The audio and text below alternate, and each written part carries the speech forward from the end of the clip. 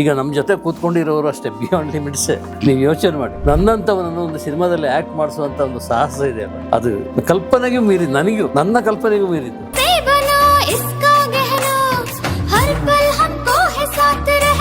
ವಿಷ್ಣುಕಾಂತ್ ಅವರು. ನಮಸ್ತೆ, thank you sir.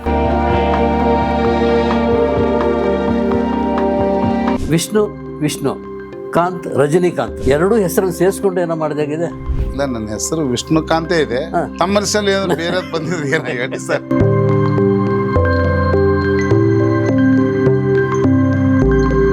ನನ್ನಂಥವನು Ganapati ಅಂತವ್ರನ್ನ ಕರೆದು ಆಕ್ಟ್ ಮಾಡಿಸಿರೋದಿದೆಯಲ್ಲ, ಆ ಹಿಮಾಲಯದಲ್ಲಿ, ಆ ಕೊರೆಯ ಚಳಿಯಲ್ಲಿ.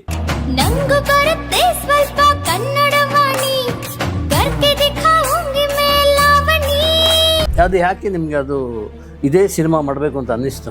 ಜಗನ್ಮಾತೆ ಅಕ್ಕ ಮಹಾದೇವಿ ಅಂದ್ರೆ ಬಸವಣ್ಣ, ಅಕ್ಕ ಮಹಾದೇವಿ, ಅಂಬೇಡ್ಕರ್ ಇವರೆಲ್ಲ ಒಂಥರ ಸೋಷಿಯಲ್ ರಿಫಾರ್ಮರ್, ಸಮಾಜಕ್ಕೆ ಕೊಟ್ಟಂತ ಕೊಡುಗೆ. ನಾವು ಬರೆಯೋ ಕತೆ ನಮ್ಮ ತಲೆನಿಂದ ಒಂದು ನಮಗೆ ಮನಸ್ಸಿಗೆ ಬಂದಿದ್ದನ್ನ ನಮ್ಮಷ್ಟು ನಾವು ಬರೆದಿರ್ತೀವಿ. ಬಟ್ ಆ ಚರಿತ್ರೆ ಏನಿದೆ ಅಂತಂದ್ರೆ ಅಂದಿನ ಪೀಳಿಗೆ ಮತ್ತು ಹಿಂದಿನ ಪೀಳಿಗೆಗೆ ಸಂಬಂಧಪಟ್ಟಂತ ವಿಷಯ. ಮತ್ತೆ ಆ ವಚನಗಳು ಹೇಗಿದೆ ಅಂದ್ರೆ ನಡೆ ನುಡಿ ಒಂದಾಗಿ ಈ ನಿತ್ಯ ಜನಜೀವನದಲ್ಲಿ ಹೇಗೆ ಬಾಳ ಬದುಕಬೇಕು ಅನ್ನೋದು ಶಿವಶರಣರು ನಮಗೆ ಹೇಳ್ಕೊಟ್ಟು ಹೋಗಿರೋದು.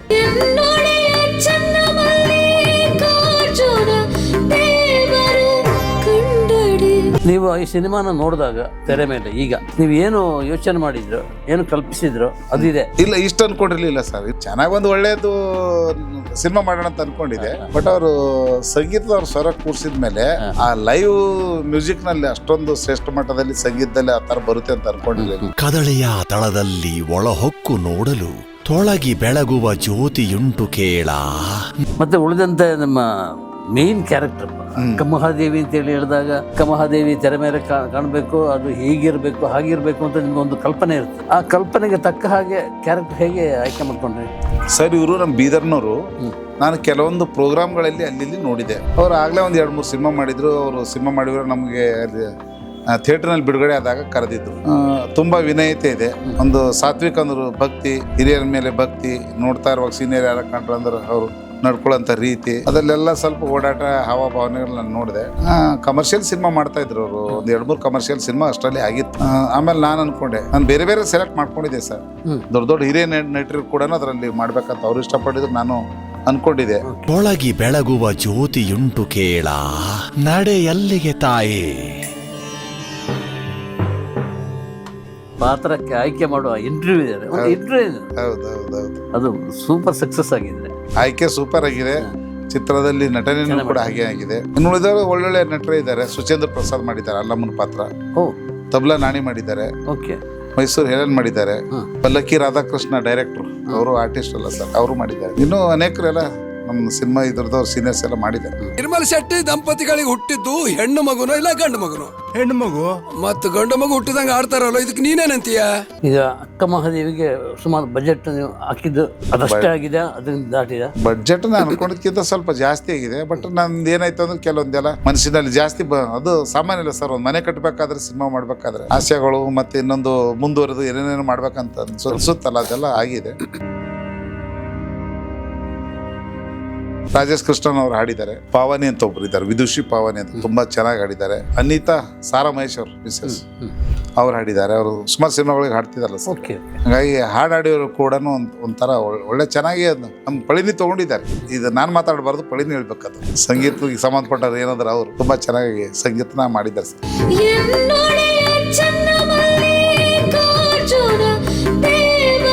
ಹೇಗೆ ಅನಿಸ್ತು ಪಾತ್ರ? ಪಾತ್ರದ ಬಗ್ಗೆ ಹೇಳೋ ಹಾಗೆ ಇಲ್ಲ ಸರ್. ಯಾಕಂದ್ರೆ ವೈರಾಗ್ಯ ನಿಧಿ ಅಂದ್ರೆ ಅಕ್ಕ ಅಂತ ಹೇಳ್ತಾರೆ. ಅಂತ ಒಂದು ಪಾತ್ರ ನನಗೆ ಸಿಕ್ಕಿದೆ ಅಂದ್ರೆ ಈ ಜನ್ಮದ ಪುಣ್ಯನೋ ಹೋದ್ ಜನ್ಮದ ಪುಣ್ಯನೋ ಅಥವಾ ಮುಂದೆ ಹಾಗಂತ ಪುಣ್ಯನೋ ನನಗೆ ಗೊತ್ತಿಲ್ಲ. ಅದು ನನಗೆ ಒದಗಿಸಿದೆ, ಆ ದೇವ್ರ ಬ್ರಹ್ಮ ನನಗೆ ಒದಗಿಸ್ದಾನಂತ ಹೇಳ್ತೀನಿ. ಆ ಒಂದು ಪಾತ್ರ ಮಾಡ್ಬೇಕಾದಾಗ ಮರ್ಯಾದೆ ಬಿಟ್ಟ ನಿಮ್ಮ ರಾಜನಿಗೆ ಒಪ್ಪಿಲ್ಲ ಅಂತ ತಿಳಿಸಿ. ನಮ್ಮ ಮೊದಲನೇ ಹಾಗೂ ಕೊನೆಯ ಮಾತು ಒಂದೇ. ಅಂತ ಅದ್ಭುತವಾದ ಪಾತ್ರ ನೀವು ಸಡನ್ ಆಗಿ ನನಗೆ ಹೆಂಗ್ ಕೊಡಕ್ ಸಾಧ್ಯ? ನಾನು ಅದು ಮಾಡಬಹುದಾ ಅಂತ ಕೇಳಿದೆ ಅವ್ರಿಗೆ. ನಾನು ಖಂಡಿತವಾಗ್ಲೂ ನೀವು ಮಾಡ್ತೀರಾ, ನಾನು ಮಾಡಿಸ್ತೀನಿ ಅಂದ್ರು ಅವರು. ಮಹಾರಾಜ, ಕೊಳಕು ತುಂಬಿರುವ ಈ ದೇಹದಲ್ಲಿ ಏನಿದೆ ನೋಡಿಕೋ, ಕಣ್ ತುಂಬ ನೋಡಿಕೋ. ತಾವೆಲ್ಲ ಬಂದು ಸಿನಿಮಾ ನೋಡ್ಬಿಟ್ಟು ನನಗೆ ಗೆಲ್ಲಿಸಿ ಸುಧಾರಿಸ್ಬೇಕಂತ ಎಲ್ಲರಲ್ಲೂ ಕೇಳ್ಕೊಳ್ತೀನಿ.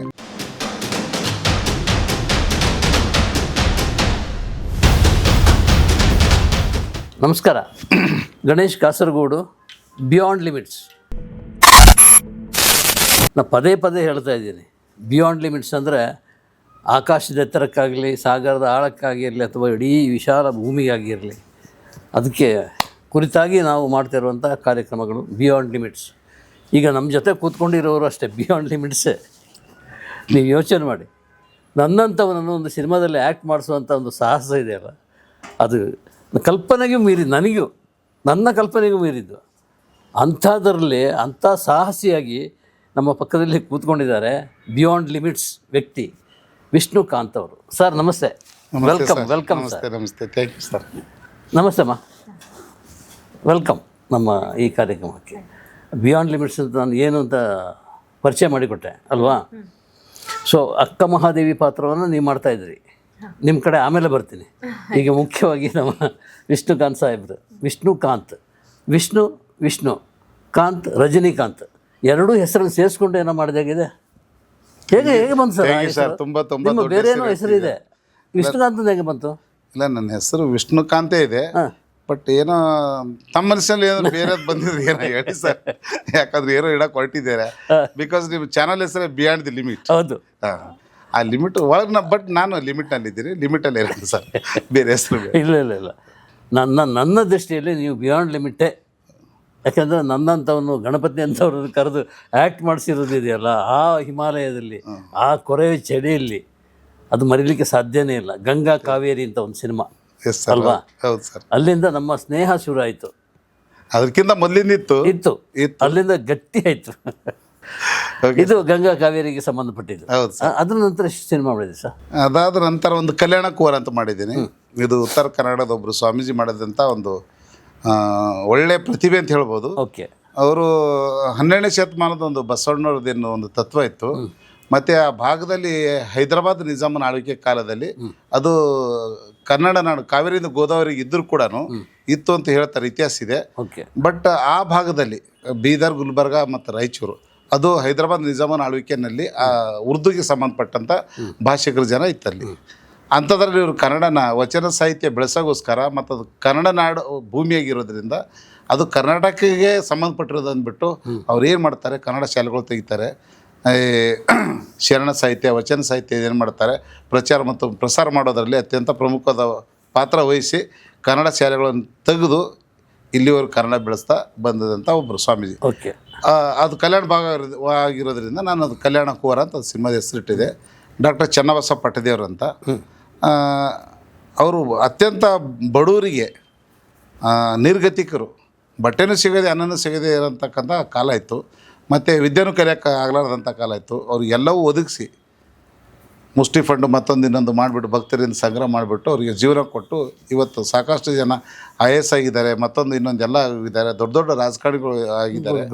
ಅಂಥ ಒಂದು ಪ್ರತಿಭೆ, ತುಂಬ ಒಂದು ಒಳ್ಳೆ ಅವ್ರದ್ದೊಂದು ಚರಿತ್ರೆ ಆಗಿರೋದ್ರಿಂದ ನಾನು ಅವ್ರ ಬಗ್ಗೆ ಕಲ್ಯಾಣ ಕೋರ ಡಾಕ್ಟರ್ ಚನ್ನಬಸವ ಪಟ್ಟದೇವ್ರು ಅಂತ ಸಿನಿಮಾ ಮಾಡಿದೆ. ಅದೇ ಊರಿನಲ್ಲಿ 75 ದಿವಸ ಪ್ರದರ್ಶನ ಕಂಡಿತ್ತು. ತುಂಬ ಒಂದು ಹೆಮ್ಮೆ ಅಂತ ಹೇಳ್ಬೋದು. ಚಿತ್ರಮಂದಿರದಲ್ಲಿ 75 ದಿವಸ ಇತ್ತು ಸರ್, ಪಾಲ್ಕಿನಲ್ಲಿ ವಿಶೇಷವಾಗಿ. ಹಾಗೆ ಬೀದರ್ನಲ್ಲಿ ಕೂಡ ಒಂದು ತಿಂಗಳ ಕಾಲ ಇತ್ತು. ಆಮೇಲೆ ಇನ್ನೊಂದು ಅದಾದ ನಂತರ ಇವಾಗ ಮಾಡ್ತಾ ಇರೋದು ಅಕ್ಕಮಹಾದೇವಿ, ಅದರ ನಂತರ ಜಗನ್ಮಾತೆ ಅಕ್ಕಮಹಾದೇವಿ. ಅದಾದ ನಂತರ 2020ರಲ್ಲಿ ಅದು ತೆರೆ ಕಾಣ್ತು ಸರ್. ಅದಾದ ಈಗ ನಾವು ಲಾಸ್ಟ್ ಇಯರ್ ಅಂದರೆ 24ನಲ್ಲಿ ಅದು ಸಿನಿಮಾ ಸ್ಟಾರ್ಟ್ ಮಾಡಿಬಿಟ್ಟು ಈ ವರ್ಷದಲ್ಲಿ ನಾವು ರಿಲೀಸ್ ಮಾಡ್ತಾ ಇದ್ದೀವಿ. ಓಕೆ. ಆಲ್ಮೋಸ್ಟ್ ರೆಡಿ ಆಗಿದೆ. ಜಗನ್ಮಾತೆ ಅಕ್ಕ ಮಹಾದೇವಿ. ಜಗನ್ಮಾತೆ ಅಕ್ಕಮಹಾದೇವಿ. ಅದು ಯಾಕೆ ನಿಮಗೆ ಅದು ಇದೇ ಸಿನಿಮಾ ಮಾಡಬೇಕು ಅಂತ ಅನ್ನಿಸ್ತು? ಜಗನ್ಮಾತೆ ಅಕ್ಕ ಮಹಾದೇವಿ ಅಂದರೆ ಈಗ ಬಸವಣ್ಣ, ಅಕ್ಕಮಹಾದೇವಿ, ಅಂಬೇಡ್ಕರು ಇವರೆಲ್ಲ ಒಂಥರ ಸೋಷಿಯಲ್ ರಿಫಾರ್ಮರು, ಸಮಾಜಕ್ಕೆ ಕೊಟ್ಟಂಥ ಕೊಡುಗೆ. ನಾವು ಬರೆಯೋ ಕತೆ ನಮ್ಮ ತಲೆನಿಂದ ಒಂದು ನಮಗೆ ಮನಸ್ಸಿಗೆ ಬಂದಿದ್ದನ್ನ ನಮ್ಮಷ್ಟು ನಾವು ಬರೆದಿರ್ತೀವಿ. ಬಟ್ ಆ ಚರಿತ್ರೆ ಏನಿದೆ ಅಂತಂದರೆ ಅಂದಿನ ಪೀಳಿಗೆ ಮತ್ತು ಇಂದಿನ ಪೀಳಿಗೆಗೆ ಸಂಬಂಧಪಟ್ಟಂಥ ವಿಷಯ. ಮತ್ತು ಆ ವಚನಗಳು ಹೇಗಿದೆ ಅಂದರೆ ನಡೆ ನುಡಿ ಒಂದಾಗಿ ಈ ನಿತ್ಯ ಜನಜೀವನದಲ್ಲಿ ಹೇಗೆ ಭಾಳ ಬದುಕಬೇಕು ಅನ್ನೋದು ಶಿವಶರಣರು ನಮಗೆ ಹೇಳ್ಕೊಟ್ಟು ಹೋಗಿರೋದು. ಅಂಥ ಸಬ್ಜೆಕ್ಟ್ ಮಾಡ್ಬೇಕಾದ್ರೆ ನಾವು ಮೊದಲಿಂದ ಶಿವಶರಣ ಕುಟುಂಬದಲ್ಲೇ ಹುಟ್ಟಿದ್ದು, ಆಮೇಲೆ ಬೆಳೆದಿದ್ದು ಅಲ್ಲೇ. ಅದು ಸ್ವಲ್ಪ ನಮ್ಮ ತಲೆಯಲ್ಲಿ, ನಮ್ಮ ಮನಸ್ಸಿನಲ್ಲಿ, ನಮ್ಮ ನಿತ್ಯ ಜೀವನದಲ್ಲಿ ಅಳಿಸ್ಕೊಂಡಿರೋದ್ರಿಂದ ನಮ್ಮ ತಲೆ ಹೇಗಿರುತ್ತೋ ರೇಟಿಂಗ್ ಕೂಡ ಹಾಗೆ ಬರುತ್ತಲ್ಲ ಸರ್. ಹಾಗಾಗಿ ಅದು ಬರೆಯುವಂತೆ ಪ್ರೇರಣೆ ಆಯಿತು. ಈಗ ಅದು ರಚನೆ ಮತ್ತು ಡೈರೆಕ್ಷನ್, ನಿರ್ದೇಶನ, ನಿರ್ಮಾಪಕ ನಾನೇನೆ. ಒಂದು ಕೌಶಿಕನ ಪಾತ್ರ ಬರುತ್ತೆ, ಹೀರೋ ಕ್ಯಾರೆಕ್ಟ್ರು, ನೆಗೆಟಿವ್ ಹೀರೋ. ಆ ಪಾತ್ರ ಕೂಡ ನಾನು ಮಾಡಿದ್ದೀನಿ, ಆ್ಯಕ್ಟ್ ಮಾಡಿದ್ದೀನಿ ಸರ್. ಓಕೆ. ಹೀರೋನೇ ನೆಗೆಟಿವ್ ಹೀರೋ ಕ್ಯಾರೆಕ್ಟರ್ನಲ್ಲಿ. ಮಾದೇವಿ ಮಹಾರಾಜ ಬಂದು ಅವನು ರಸಿಕ ಇರ್ತಾನೆ, ಮಹಾದೇವಿ ಭಕ್ತಿ ಇರ್ತಾರೆ. ಭಕ್ತಿ ಮತ್ತು ಪ್ರೀತಿಯ ಮಧ್ಯದಲ್ಲಿ ಭಕ್ತಿ ಗೆಲ್ಲುತ್ತೆ ಅನ್ನೋದು ಈ ಸಿನಿಮಾದಲ್ಲಿ. ತುಂಬ ರಿಸರ್ಚ್ ಮಾಡಿದ್ದೀರಿ.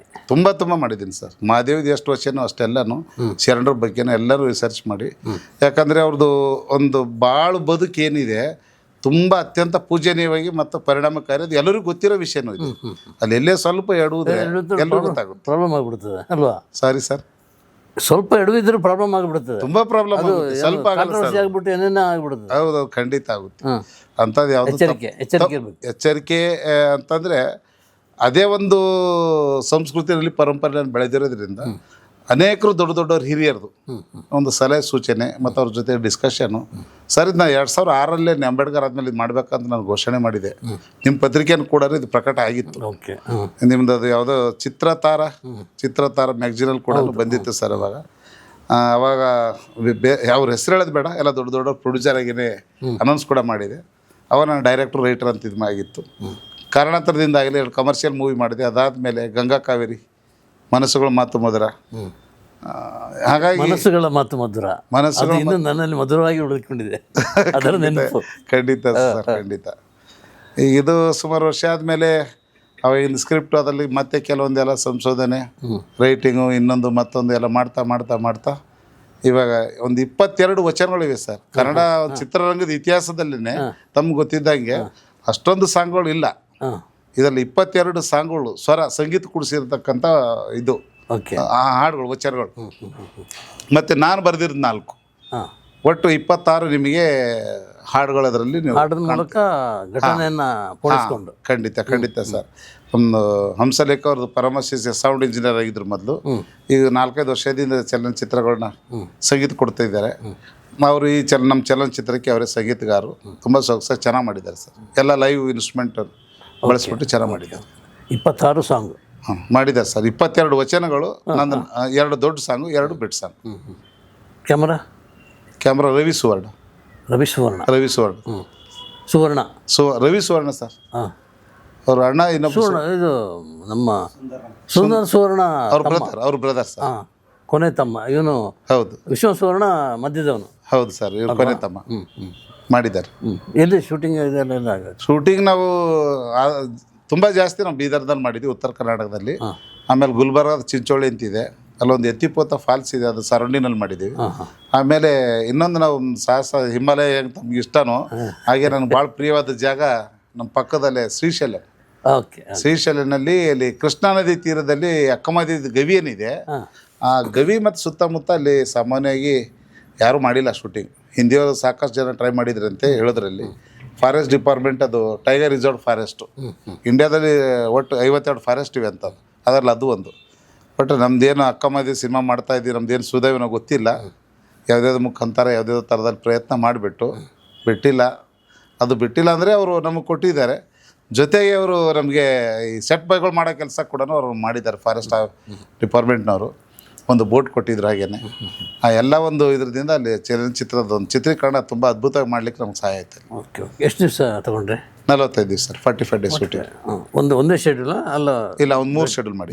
3 ಶೆಡ್ಯೂಲ್ ಮಾಡಿದ್ವಿ. ಇಲ್ಲಿಂದ ಕ್ಯಾಮ್ರಾ ಇದೆಲ್ಲ ಇಲ್ಲಿಂದ ಹೋಗಿದ್ದ ಅಲ್ಲಿ ಏನು ಮಾಡಿದಿರಿ? ಕ್ಯಾಮ್ರಾ ಮಾಮೂಲಿ ನಮ್ದು ಔಟ್ಡೋರ್ ಯೂನಿಟ್ ಬರುತ್ತಲ್ಲ, ಬಂದಿದ್ರು, ತರಿಸಿದ್ರು ಅಲ್ಲಿಗೆ. ಬಂದಿದ್ರು. ಮದನ್ ಹರಡಿ ಅವ್ರು ತಮ್ಮ ಪರಿಚಯ ಇರ್ತಾರೆ. ಯಾರು? Madan Harani madam, film choreographer ನಮ್ಮ ಸಿನಿಮಾ ಮಾಡಿದ್ದಾರೆ. ಓಕೆ.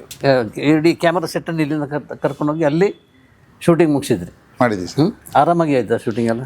ಆರಾಮ್ ಅಂತಂದರೆ ಸ್ವಲ್ಪ ಕಷ್ಟ. ಅದು ಬೆಟ್ಟ ಗುಡ್ಡ ನದಿ ಕಡಿಮೆ ಹಾಗೆ ಹೀಗೆ ಎಲ್ಲ ಇರುತ್ತಲ್ಲ ಸರ್, ಕ್ಯಾಮ್ರಾ ಎತ್ಕೊಂಡು ಹೋಗೋದು. ಅದಕ್ಕೆ ಅಲ್ಲಿ ಎಲೆಕ್ಟ್ರಿಕ್ ಕಂಬ ಇರಬಾರ್ದು.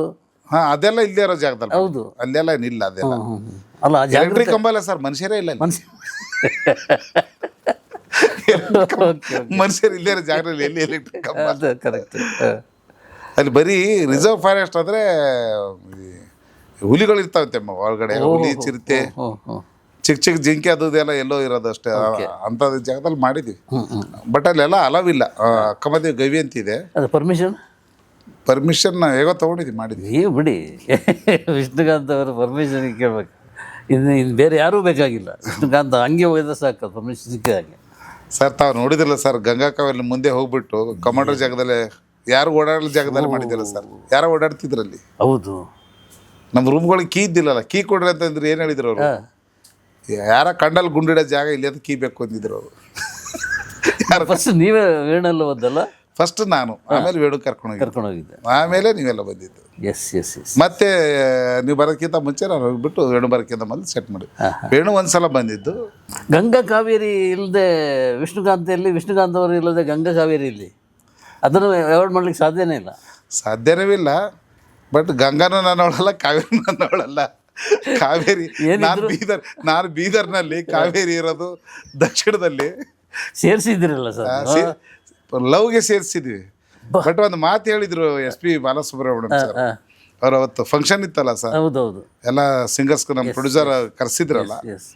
ಗಂಗಾ ಕಾವೇರಿ ನದಿಗಳ ಜೋಡಣೆನ ವಾಜಪೇಯಿ ಅವ್ರದ್ದು ಪ್ಲ್ಯಾನು, ವಿಷ್ಣುಕಾಂತಂದು ಲವ್ ಗಂಗಾ ಕಾವೇರಿದು ಇಲ್ಲಿಂದ ಪ್ಲ್ಯಾನು.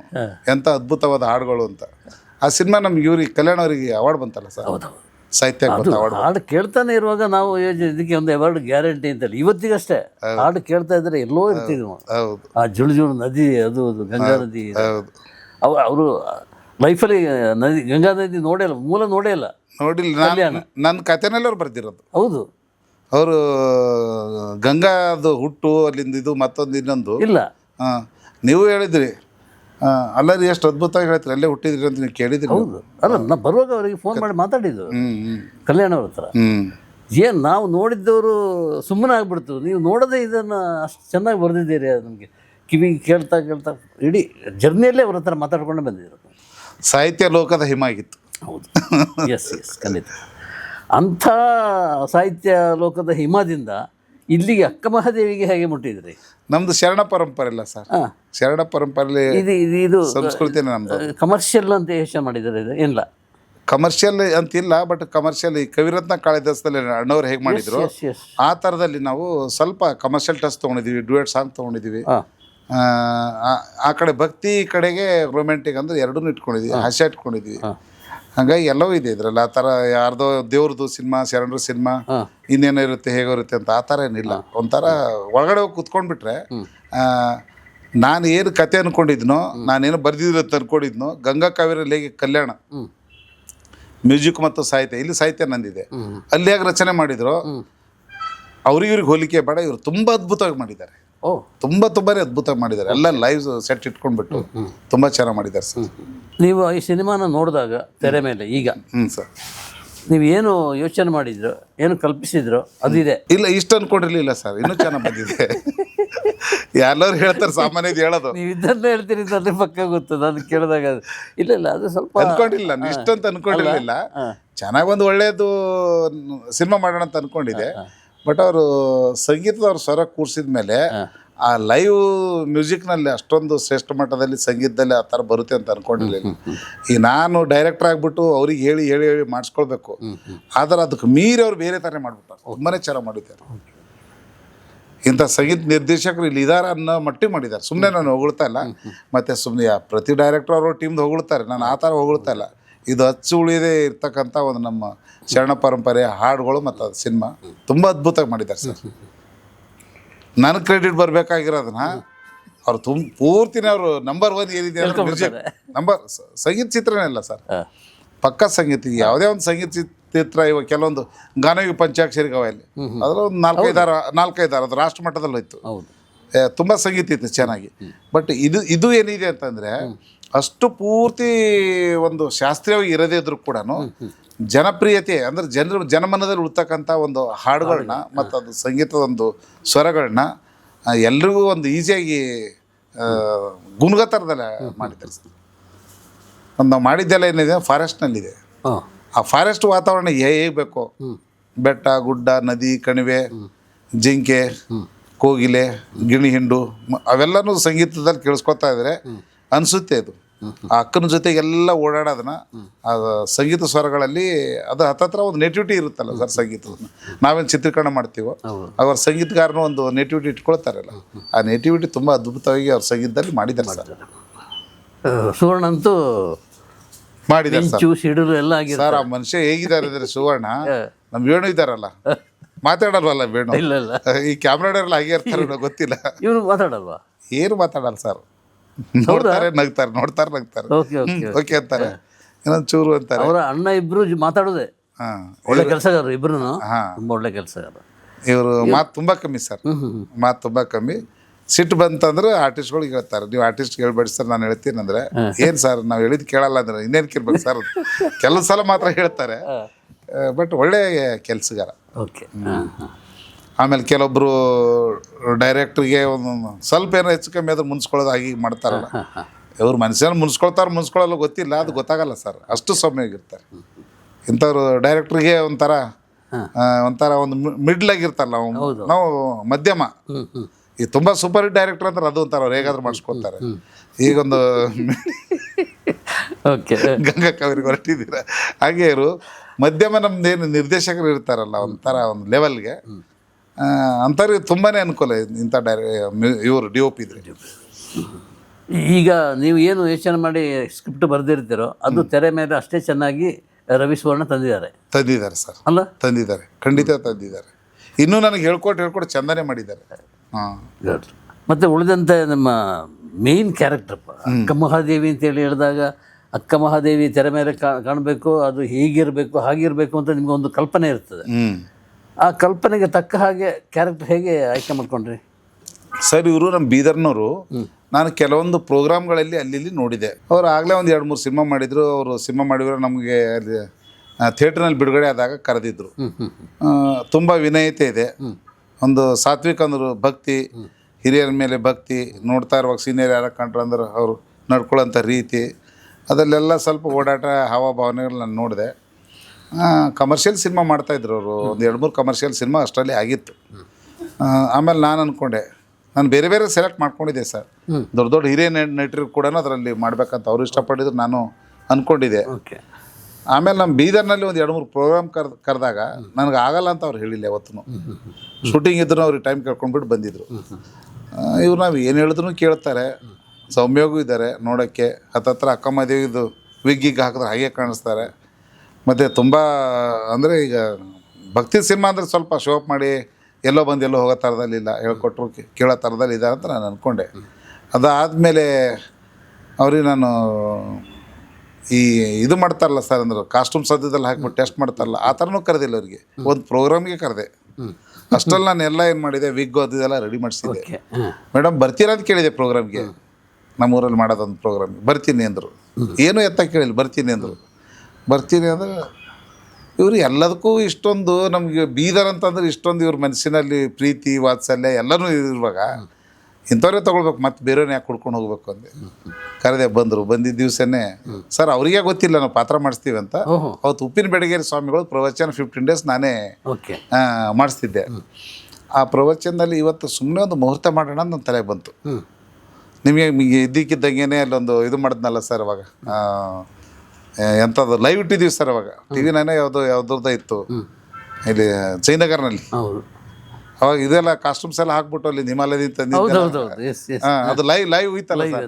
ಹಾಗೆ ಇದನ್ನು ಏನು ಅವತ್ತು ಪ್ರೋಗ್ರಾಮ್ ಮಾಡುವಾಗ ಮೇಡಮ್ಗೆ ಪಕ್ಕ ವಿಗ್ ಹಾಕಿ ರುದ್ರಾಕ್ಷ ಇವೆಲ್ಲ ಏನೇನು ಇರ್ತಾವೆ ಅಕ್ಕಮದಿಗೆ ಇರೋದನ್ನೆಲ್ಲ ಹಾಕ್ಬಿಟ್ಟು ಇದು ಮಾಡಿದರೆ ಅಲ್ಲಿ ಬಂದಿಂದ ಸುಮಾರು 1000 ಗಟ್ಟಲೆ ಜನ ಇದ್ದರು, ಬರ್ತಾಯಿದ್ರು. ಅವತ್ತು ಅಕ್ಕಮದೇವಿ ಕತೆ ಹೇಳ್ತಿದ್ದಾರೆ ಅವರು, ಅಕ್ಕಮದೇವಿ ಅನುಭವ ಮಂಟಪಕ್ಕೆ ಹೇಗೆ ಬರ್ತಾರೆ ಅಂತ. ಇವರು ಸೀದಾ ಹಂಗೆ ಬಂದುಬಿಟ್ಟು ಸ್ಟೇಜ್ ಮೇಲೆ ಹೋಗ್ತಾ ಇದ್ದಂಗೆ ಅವರು ಅಕ್ಕಮದೇವಿ ಕತೆ ಹೇಳ್ತಿದ್ದಾರೆ. ಅಕ್ಕಮದೇವಿ ಎಂಟ್ರಿ, ಸರ್ಪ್ರೈಸ್ ಎಲ್ಲರಿಗೂ. ಬಂದು ನೋಡ್ರಿ ಅಕ್ಕಮದೇವಿ ಅಂತ ಸ್ವಾಮಿಗಳು ಅವ್ರದ್ದೇ ಆದಂಥ ಶೈಲಿನ ರೀತಿನಲ್ಲಿ ಹೇಳಿದ್ರು. ಆಮೇಲೆ ಅವರು ಒಂದಿಷ್ಟು ಮಾತಾಡ್ರಿ ಅಂದ್ರೆ ವಚನಗಳು ಹೇಳ್ಬಿಟ್ಟು ಅಕ್ಕಮದೇವಿ ಥರನೇ ಹೇಳಿದ್ರು. ಇಳಿದು ಬರೋವಾಗ ಲೈನ್ ಸರ್, ಸ್ವಾಮಿಗಳಿಗೆ ಕಾಲಿಗೆ ಬಿದ್ದಾಗ ಇವ್ರಿಗೆ ಕಾಲಿಗೆ ಬೆಳಸೋದು ಮಾಡಿದ್ರು. ಸಿಕ್ತು ಪಕ್ಕ ನನಗೆ. ಇದಕ್ಕಿಂತ ಏನೇನು ಬೇಕು ಸರ್? ನಡಿಗೆ, ಉಡುಗೆ, ತೊಡುಗೆ, ಮಾತು, ಮತ್ತೊಂದು ಇನ್ನೊಂದು ಒಂದು 2-3 ತಿಂಗಳು ಜೊತೆ ನಾನು ಕೂರ್ಸ್ಕೊಂಡ್ಬಿಟ್ಟು ಡಿಸ್ಕಸ್ ಮಾಡಿ ಅವ್ರಿಗೆ ಸ್ವಲ್ಪ ಎಲ್ಲ ಹೋಗ್ಬೇಕಲ್ಲ, ನಮ್ಮ ಸ್ಕ್ರಿಪ್ಟ್ ಹೋಗ್ಬೇಕಲ್ಲ. ಸ್ಕ್ರಿಪ್ಟ್ ನಾವು ಇದ್ರ ಥರ ಮಾಮೂಲಿ ಸಿನಿಮಾ ಥರದಲ್ಲಿ ಸ್ಪಾಟ್ನಲ್ಲೇ ಬಂದು ಕೊಡೋದು ಅಷ್ಟೇ ಮಾಡಿಲ್ಲ. ನಾವು ಸ್ವಲ್ಪ ಹೋಮ್ವರ್ಕ್ ಮಾಡಿದ್ದೀವಿ. ಹೋಮ್ವರ್ಕ್ ಮಾಡಿ ಮಾಡಿ ಮಾಡಿ ಮಾಡಿ ಆಮೇಲೆ ಅವ್ರು ಸೆಟ್ನೆಲ್ಲ ನಾನು ಅತಿ ಹೇಳ್ಬೇಕನ್ನೋ ಥರದಲ್ಲಿ ಉಳಿಸ್ಕೊಂಡೇ ಇಲ್ಲ ಅವರು. ವರ್ಕ್ಶಾಪ್ ಮುನ್ನಲ್ಲಿ ನಮ್ಮಲ್ಲಿ ಏನು ಕೂತ್ಕೊಂಡು ಪ್ರಾಕ್ಟೀಸ್ ಮಾಡಿ ಮತ್ತೊಂದು ಇನ್ನೊಂದು ಡಿಸ್ಕಸ್ ಆಗಿತ್ತಲ್ಲ ಸರ್, ಅವ್ರ ಮನುಷ್ಯನಲ್ಲೆಲ್ಲ ತೊಗೊಂಡ್ಬಿಟ್ಟು ಮೊದಲೇ ಸಾತ್ವಿಕತೆ ಗುಣ, ಪೂರ್ತಿ ಸಾತ್ವಿಕ ಇದ್ರೆ ಬೆಳೆದೋಗ್ಬಿಡ್ತವ್ರಿಗೆ. ಈಗ ಹೆಂಗಾಗಿದ್ದಾರೆ ಅಂದರೆ ಬೇರೆ ಕಮರ್ಷಿಯಲ್ ಸಿನಿಮಾಗಳಲ್ಲಿ ಆ್ಯಕ್ಟಿಂಗ್ ಮಾಡಬೇಕು, ಅಲ್ಲಿ ಮಾಡೋಕೆ ಮಾಡ್ತಾರೆ. ಬಟ್ ನಿತ್ಯ ಜೀವನದಲ್ಲಿ ಮಾದೇವ ಗುಣಗಳು ತುಂಬ ತುಂಬ್ಕೊಂಡ್ಬಿಟ್ಟಿವೆ ಅವ್ರಿಗೆ. ಎಸ್, ಆ ಥರ ಆಗಿದೆ. ತುಂಬ ಚೆನ್ನಾಗಿದೆ ಸರ್. ಎಲ್ಲರೂ ಒಪ್ಕೊಳ್ತಿದ್ದಾರೆ. ಮಾದೇವಿ ಅಂದ್ರೆ ಮಾದೇವಿನೇ ಕರ್ಕೊಂಡು ಬಂದಂಗಿದೆ ಅಂತ ಅದು ಕರಿತಿದ್ದಾರೆ, ಹೇಳ್ತಾರೆ. ಸ್ವಾಮೀಜಿಗಳ ಕಾಲಿಗೆ ಬೀಳುವಾಗ ಇವರ ಕಾಲಿಗೆ ಬೀಳುತ್ತೆ ಅಂತ ಹೇಳಿದ್ರೆ ಅದು 100% ಎಲ್ಲ ಫುಲ್ ಸರ್. ಲೈನ್ ನಿಂತುಬಿಟ್ಟು ಕಾಲಿಗೆ ನಮಸ್ಕಾರ ಮಾಡಿದ್ರು ಎಲ್ಲರೂ, ದೊಡ್ಡವ್ರು ಚಿಕ್ಕವ್ರು ಹಿರಿಯರು ಅವ್ರು ಇವ್ರು ಅನ್ನೋದು ಎಲ್ಲರೂ ಅವ್ರು ಹೇಳ್ತಿದ್ದಾರೆ. ನಾನು ನಟಿ, ನಾನು ಬಿಡಬೇಡಿ ಅಂತ ಹೇಳ್ತಾರೆ. ಎಲ್ಲ ನಾವು ಮಾದೇವಿಗೆ ಕಾಣಿಸ್ತಿದ್ದೆ ಅಂತ ದಂಡ ಪ್ರಣಾಮನೆ. ಇದು ನಿಮಗೆ ಒಳ್ಳೆ ಇಂಟರ್ವ್ಯೂ ಇದೆ. ಮಾದೇವಿ ಪಾತ್ರಕ್ಕೆ ಆಯ್ಕೆ ಮಾಡುವ ಇಂಟರ್ವ್ಯೂ ಇದೆ, ಒಂದು ಇಂಟರ್ವ್ಯೂ ಇದು. ಹೌದು. ಅದು ಸೂಪರ್ ಸಕ್ಸಸ್ ಆಗಿದೆ ಅಲ್ವಾ? ಆಯ್ಕೆ ಸೂಪರ್ ಆಗಿದೆ. ಚಿತ್ರದಲ್ಲಿ ನಟನೆಯೂ ಕೂಡ ಹಾಗೆ ಆಗಿದೆ. ಇನ್ನು ಉಳಿದವರು ಒಳ್ಳೊಳ್ಳೆ ನಟರೇ ಇದ್ದಾರೆ. ಸುಚೇಂದ್ರ ಪ್ರಸಾದ್ ಮಾಡಿದ್ದಾರೆ ಅಲ್ಲಮ್ಮನ ಪಾತ್ರ. ಓ, ತಬ್ಲಾ ನಾಣಿ ಮಾಡಿದ್ದಾರೆ. ಓಕೆ. ಮೈಸೂರು ಹೇಳನ್ ಮಾಡಿದ್ದಾರೆ. ಪಲ್ಲಕ್ಕಿ ರಾಧಾಕೃಷ್ಣ ಡೈರೆಕ್ಟ್ರು, ಅವರು ಆರ್ಟಿಸ್ಟ್ ಅಲ್ಲ ಸರ್, ಅವರು ಮಾಡಿದ್ದಾರೆ. ಇನ್ನೂ ಅನೇಕರೆಲ್ಲ ನಮ್ಮ ಸಿನಿಮಾ ಇದ್ರದ್ದು ಸೀನಿಯರ್ಸ್ ಎಲ್ಲ ಮಾಡಿದ್ದಾರೆ.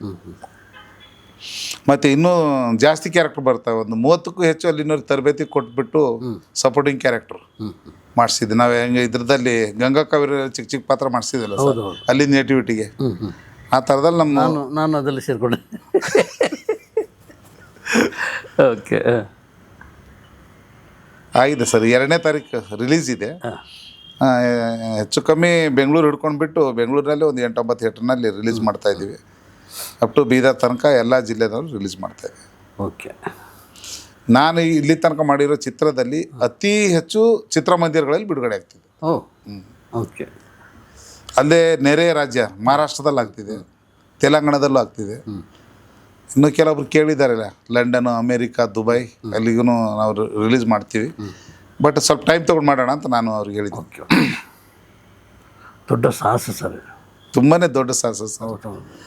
ಸರ್ ಅಲ್ಲಿ ಹೋಗ್ಲಿಕ್ಕೆ ಬಿಡ್ತಾ ಇಲ್ಲ. ಎಲ್ಲಿ ಯಾವುದು ನಮ್ಮ ಶ್ರೀಶೈಲನಿಂದ ಅಲ್ಲಿ ಪರ್ಟಿಕ್ಯುಲರ್ ಟೈಮಿಗೆ ಮಾತ್ರ ದೋಣಿಗಳನ್ನ ಆನ್ ಮಾಡ್ತಾರೆ. ಓಕೆ. ದೋಣಿನೇ ಹೋಗ್ಬೇಕು, ಫಾರೆಸ್ಟ್ ಡಿಪಾರ್ಟ್ಮೆಂಟ್. ಅಲ್ಲಿಂದ ಒಂದು 18 ಕಿಲೋಮೀಟ್ರ್ ಇದೆ ಸರ್. ಶ್ರೀಶೈಲನ 18 ಕಿಲೋಮೀಟ್ರ್ ಡೋಣಿನಲ್ಲೇ ಹೋಗ್ಬೇಕು, ದೋಣಿನಲ್ಲಿ ಅಕ್ಕಮಹಾದೇವಿ ಗವಿಗೆ. ಅಲ್ಲಿ ಹೋಗಿ ಮತ್ತೆ ಹತ್ತಿಬಿಟ್ಟು ಬೆಟ್ಟ ಗುಡ್ಡ ನದಿ ಕಣಿವೆ ನೋಡಿದ್ರಲ್ಲ ಹಿಮಾಲಯ, ಅದೇ ಥರನೇ ಅನ್ಕೊಳ್ಳಿ ಇದನ್ನು. ಹಾಂ, ಅಲ್ಲಿ ಹೋಗ್ಬಿಟ್ಟು ಶೂಟಿಂಗ್ ಮಾಡ್ಬೇಕಂದ್ರೆ ಅಲ್ಲಿ ಕರೆಂಟ್ ಇರಲ್ಲ, ಏನೂ ಇರಲ್ಲ. ಎಲ್ಲವೂ ನಮ್ಮ ಬ್ಯಾಟ್ರಿ ಮತ್ತೊಂದು ಇನ್ನೊಂದು ಎಲ್ಲ ಪಕ್ಕ ಮಾಡ್ಕೊಂಡು ಹೋಗ್ಬೇಕು. 4 ಗಂಟೆ ಅಷ್ಟರಲ್ಲಿ ವಾಪಸ್ ಬರ್ಬೇಕು ಅಲ್ಲಿಂದ. 4 ಗಂಟೆ ತನಕನೇ ಶೂಟಿಂಗ್. ಅದ ಮೇಲೆ ಆದರೆ ಫಾರೆಸ್ಟ್ ಡಿಪಾರ್ಟ್ಮೆಂಟ್ ಡೋಣಿಯಲ್ಲಿ ಬಿಡಲ್ಲ. ಕತ್ಲಾಗ್ತದೆ, ಹಂಗೆಲ್ಲ ವೈಲ್ಡ್ ಅನಿಮಲ್ಸು ಬರ್ತಾವೆ, ಅಟ್ಯಾಕ್ ಮಾಡ್ತಾವೆ ಅಂದ್ಬಿಟ್ಟು ಬಿಡಲ್ಲ. ಅವರೆಲ್ಲ ಇರ್ತಾವಲ್ಲ ಸರ್, ಬಂದಕ್ಕೂ ಮತ್ತೊಂದು ಅವ್ರದ್ದೊಂದು ಇದರಲ್ಲೇ ಸೆಕ್ಯೂರಿಟಿನೆಲ್ಲ ಶೂಟಿಂಗ್ ಮಾಡಿದೆ ಅಲ್ಲಿ. ಒಳ್ಳೆ ಎಕ್ಸ್ಪೀರಿಯೆನ್ಸ್ ಆಗಿದೆ ನನಗೆ. ಅಲ್ಲಿ ಗಂಗಾ ಕಾವೇರಿದು ಒಂದು ಎಕ್ಸ್ಪೀರಿಯೆನ್ಸ್, ಇದು ಬೇರೆ ಒಂದು ಎಕ್ಸ್ಪೀರಿಯೆನ್ಸ್ ಆಲ್ಮೋಸ್ಟ್. ಗಂಗಾ ಕಾವೇರಿನಲ್ಲಿ ಗಂಗಾ ನದಿ ಹುಟ್ಟ ಜಾಗರಲ್ಲೇ ಮಾಡಿದ್ವಲ್ಲ ಸರ್, ಗಂಗೋತ್ರಿ ಸರ್. ಗಂಗೋತ್ರಿನಲ್ಲಿ ಎಂತ ಅದ್ಭುತ. ಅದು ಆ್ಯಕ್ಚುಲಿ ಗೊತ್ತಿರಲಿಲ್ಲ, ಈಗ ಇದೇ ಗಂಗೋತ್ರಿ ಅಂತ ಗೊತ್ತಿರಲಿಲ್ಲ. ಬೆಲ್ಲ ಗಂಗೆ ಅಂತ ಹೇಳಿದಾಗ ನೀರಿಗೆ ಬೆರಳಾಕಿ ನೋಡಿದೆ, ಬೆರಳು ಹಿಂಗೆ ಆಗೋಯ್ತು. ಇದು ರೈಸ್, ಬಿಸಿ ನೀರು ಮುಟ್ಬೋದು, ಆ ತಣ್ಣೀರು ಮುಟ್ಟಕ್ಕಾಗಲ್ಲ, ಅಷ್ಟು ಬರ್ನಿಂಗ್ ಸೆನ್ಸೇಷನ್ ಅಂತಾರೆ.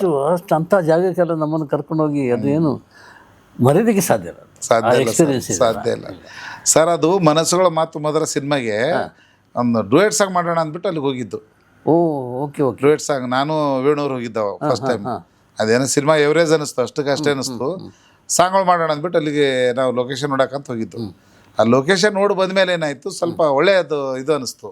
ಕೆಲವೊಬ್ಬರೆಲ್ಲ ಪರಿಚಯ ಅದಾರಲ್ಲ. ನೆಕ್ಸ್ಟ್ ನಾನು ಒಬ್ಬನೇ ಹೋದೆ, ಅವ್ರ ಜೊತೆ ಮಿಂಗಲ್ ಆಗಿಬಿಟ್ಟು ಒಂದು 15-20 ದಿವಸ ಸುಳಿದೆ. 15-20 ದಿವಸ ಸುಳ್ದು ಏನು ಮಾಡಿದೆ, ಕಥೆನಲ್ಲೇ ತಯಾರು ಮಾಡಿದೆ ನಾನು ಗಂಗಾ ಕಾವೇರಿ ಅಂತ. ಈಗ ನಮ್ಮಂಥ ಒಂದು ಯಂಗ್ ಹುಡುಗ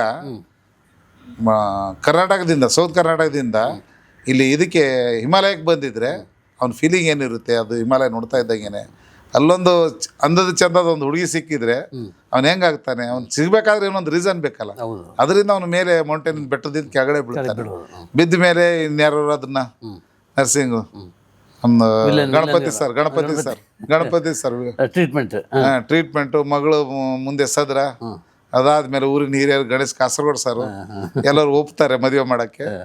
ಆದ್ರೆ ಇಲ್ಲ, ಆಲ್ರೆಡಿ ಒಂದು ಎಂಗೇಜ್ಮೆಂಟ್ ಆಗಿದ್ರು. ಅದರಲ್ಲೂ ಅನಂತ್ ನಾಗ್ ದೊಡ್ಡ ದೊಡ್ಡ ಸ್ಟಾರ್ ಇದ್ರು ಸರ್. ಅನಂತ್ ನಾಗ್ ಸರ್ಗೆ ಅದು ಬರಬೇಕಾದ್ರೆ ನಾವು ಮಾಡೋ ಪಿಕ್ಚರ್ಗಳು ಅದಕ್ಕೆ ಒಂಥರ ಬೆನ್ನೆಲುಬು ಆಗ್ತವೆ ಅನ್ನೋದು ಕಾರಣ. ಆವಾಗ ಅನಂತ್ ನಾಗ್ ಸರ್ ಅದ್ರಲ್ಲಿ ಆ್ಯಕ್ಟಿಂಗ್ ಮಾಡಿದ್ದು. ನಮ್ಮ ಮ್ಯಾನೇಜರ್ ಮುಖಾಂತರ ಕಳಿಸ್ದೆ, ಕೆಲವೊಬ್ಬರು ಪತ್ರಕರ್ತರ ಮುಖಾಂತರ ಕಳಿಸ್ದೆ. ಅವ್ರು ಒಪ್ಪಲಿಲ್ಲ, ಮಾತಾಡಲಿಲ್ಲ. ನಾನೇ ಹೋಗ್ಬಿಟ್ಟೆ ಮನೆಗೆ. ಗಾಯತ್ರಿ ಮೇಡಮ್ ಅವ್ರಿಗೆ ಕೇಳಿದ್ರೆ ಅವ್ರು ಹೇಳಿದ್ರು ಇಲ್ಲ, ಅವರು ಬ್ಯುಸಿ ಇದ್ದಾರೆ. ಅವಾಗೆಲ್ಲ ಭಟ್ರದ್ದು ಇದು ಯುಗಲ್ಲ ಸರ್. ಅವಾಗ ಹೌದು, ಮುಂಗಾರು ಮಳೆ ಸಕ್ಸಸ್ ಆದಮೇಲೆ ತುಂಬ ಬೇಡಿಕೆ ಇತ್ತು. ದುಡ್ಡು ಅಷ್ಟೇನೇ ಇತ್ತು, ತುಂಬ ಡಿಮ್ಯಾಂಡ್ ಮೇಲೆ ಪೋಷಕ ನಟರಿಗೆ ಅತಿ ಹೆಚ್ಚು ಪೇಮೆಂಟ್ ಸ್ಟಾರ್ಟ್ ಆಗಿದ್ದು ಅನಂತ ಸರ್ದವಾಗ.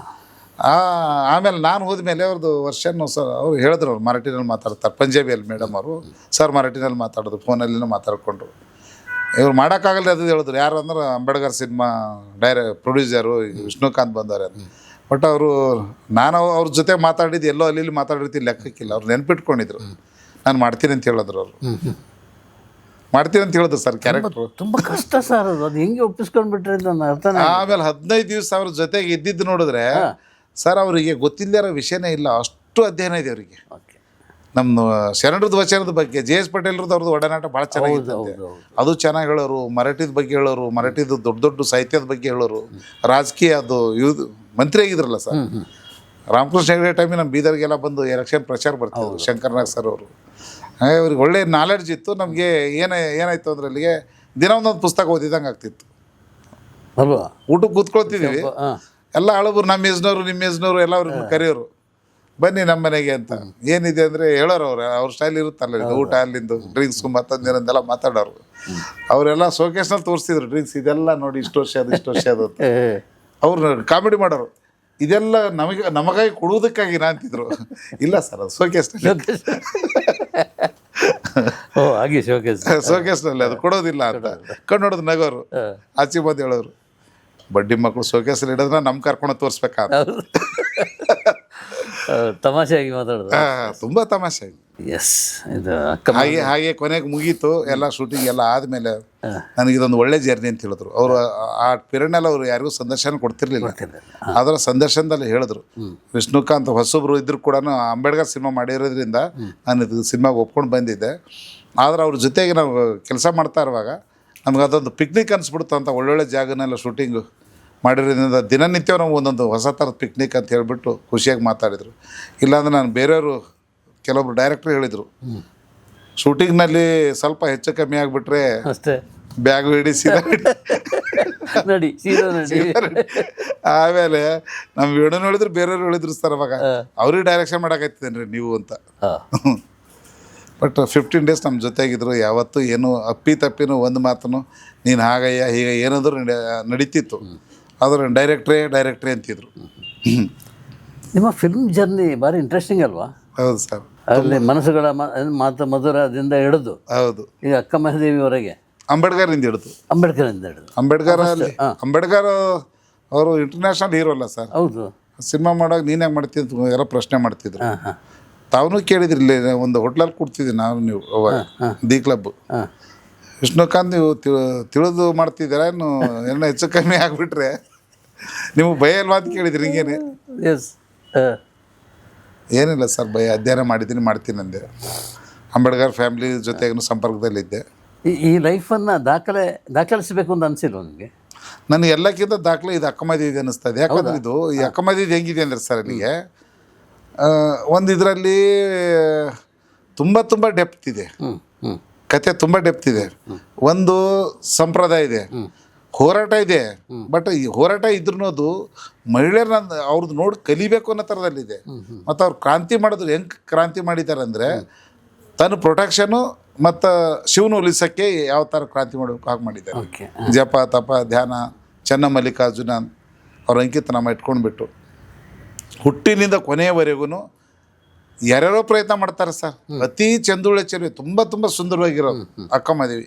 ಎಲ್ಲರ ಕಣ್ಣು ಅವ್ರ ಮನೆ ಮೇಲೇ, ನೆಂಟರಿಷ್ಟ್ರ ಕಣ್ಣು ಮಾದೇವಿ ತುಂಬ ಚೆನ್ನಾಗಿದ್ದಾಳೆ ಅಂದ್ಬಿಟ್ಟು ಮದುವೆಗ ಕೇಳೋರು, ಪ್ರೀತಿ ಮಾಡೋರು.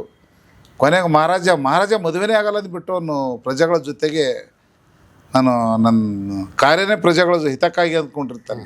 ಆದರೆ ಆ ಮಹಾರಾಜನ ಒಂದು ಮನಸ್ಸೊತ್ತು ಒಂದು ದಿವಸ ಒಯ್ಯಾಳಿ ಅಂದರೆ ಮೆರವಣಿಗೆಗೆ ಒಯ್ಯಾಳಿ ಅಂತ ಕರೀತಾರೆ. ಹೋಗ್ತಾ ಇರುವಾಗ ಮಾದೇವಿ ನೋಡಿಬಿಟ್ಟು ಮನಸ್ಸು ಸೋತುಬಿಟ್ಟು ಪ್ರೀತಿಸ್ತಾನೆ, ಕೇಳ್ತಾನೆ. ಅವ್ನ ಮಂತ್ರಿ ಮುಖಾಂತರ ಕೇಳಿಸ್ತಾನೆ.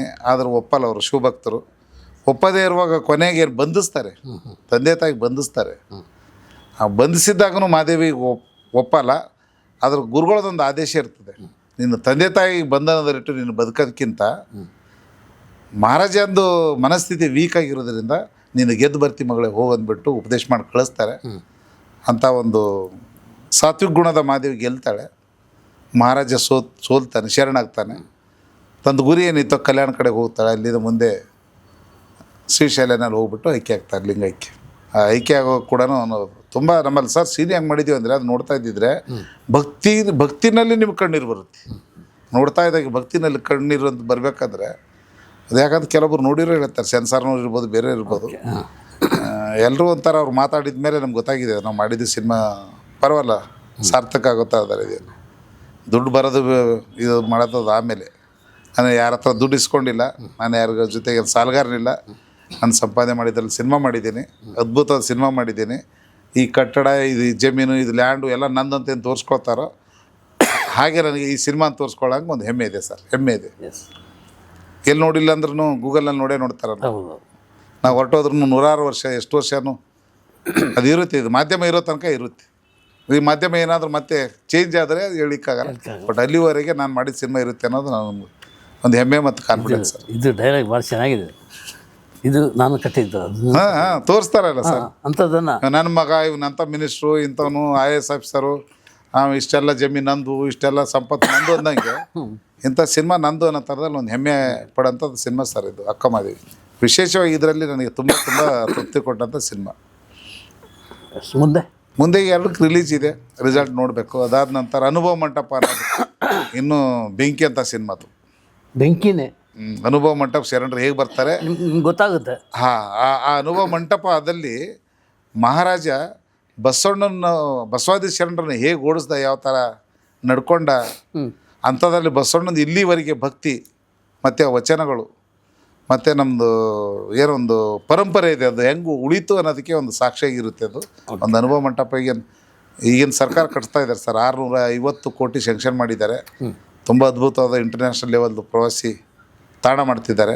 ಅಷ್ಟರಲ್ಲಿ ನಮ್ಮ ಸಿನಿಮಾನೂ ರೆಡಿ ಆಗುತ್ತೆ ಸರ್. ಓಕೆ. ಈಗ ಅಕ್ಕ ಮಹಾದೇವಿಗೆ ಸುಮಾರು ಬಜೆಟ್ ನೀವು ಹಾಕಿದ್ದು ಅದಷ್ಟೇ ಆಗಿದೆ, ಅದನ್ನು ದಾಟಿದ? ಬಡ್ಜೆಟ್ ನಾನು ಅನ್ಕೊಂಡಿದ್ದಕ್ಕಿಂತ ಸ್ವಲ್ಪ ಜಾಸ್ತಿ ಆಗಿದೆ. ಬಟ್ ನಂದು ಏನಾಯ್ತು ಅಂದ್ರೆ ಕೆಲವೊಂದೆಲ್ಲ ಮನಸ್ಸಿನಲ್ಲಿ ಜಾಸ್ತಿ ಅದು ಸಾಮಾನ್ಯ ಇಲ್ಲ ಸರ್. ಒಂದು ಮನೆ ಕಟ್ಟಬೇಕಾದ್ರೆ, ಸಿನಿಮಾ ಮಾಡಬೇಕಾದ್ರೆ ಆಸೆಗಳು ಮತ್ತು ಇನ್ನೊಂದು ಮುಂದುವರೆದು ಏನೇನೇನು ಮಾಡ್ಬೇಕಂತ ಅನಿಸುತ್ತೆ. ಅನಿಸುತ್ತಲ್ಲ, ಅದೆಲ್ಲ ಆಗಿದೆ. ರಾಜೇಶ್ ಕೃಷ್ಣನ್ ಅವರು ಹಾಡಿದ್ದಾರೆ. ಪಾವನಿ ಅಂತ ಒಬ್ಬರು ಇದ್ದಾರೆ, ವಿದುಷಿ ಪಾವನಿ ಅಂತ, ತುಂಬ ಚೆನ್ನಾಗಿ ಹಾಡಿದ್ದಾರೆ. ಆಮೇಲೆ ಅನಿತಾ ಸಾರಾ ಮಹೇಶ್ ಅವರು ಮಿಸಸ್ ಅವ್ರು ಹಾಡಿದ್ದಾರೆ. ಅವರು ಸುಮಾರು ಸಿನಿಮಾಗಳಿಗೆ ಹಾಡ್ತಿದ್ದಾರಲ್ಲ ಸರ್.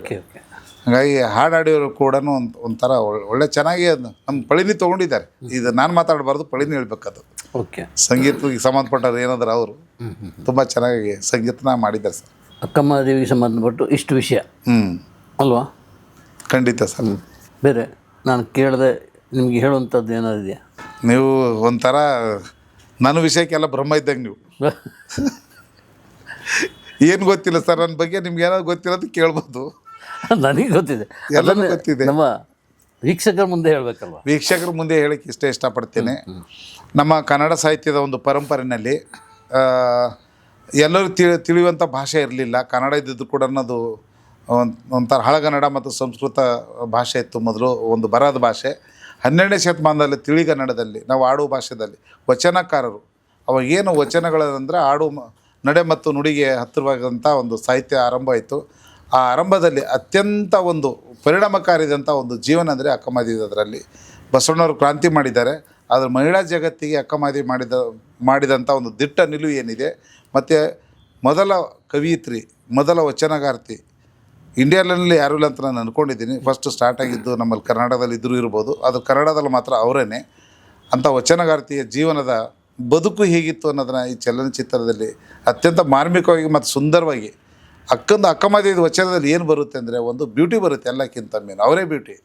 ಅಕ್ಕಮಹಾದೇವಿ ಅತ್ಯಂತ ಬ್ಯೂಟಿಯಾಗಿರೋದ್ರಿಂದ ನಾವೇನು ಈ ಪ್ರಕೃತಿ ಬ್ಯೂಟಿ ಅಂತ ಏನು ಹೇಳ್ತೀವೋ ಆ ಬ್ಯೂಟಿನ ಮಾದೇವಿನಲ್ಲಿತ್ತು ಅನ್ನೋದಕ್ಕೆ ಆ ಮಾದೇವಿಯ ಬದುಕಿನಲ್ಲಿ ಸಿಗುತ್ತೆ. ಹೇಗೆಂದ್ರೆ ಒಂದೊಂದು ವಚನದಲ್ಲೂ ಸುಂದರತೆ ಇದೆ, ನಿಸರ್ಗ ಇದೆ, ಆಮೇಲೆ ಜೀವನದ ಸುಂದರತೆ ಇದೆ. ಆಮೇಲೆ ಚೆನ್ನಮಲ್ಲಿಕಾರ್ಜುನ ಅಂದರೆ ಶಿವನೇ, ಪರಮಾತ್ಮನೇ.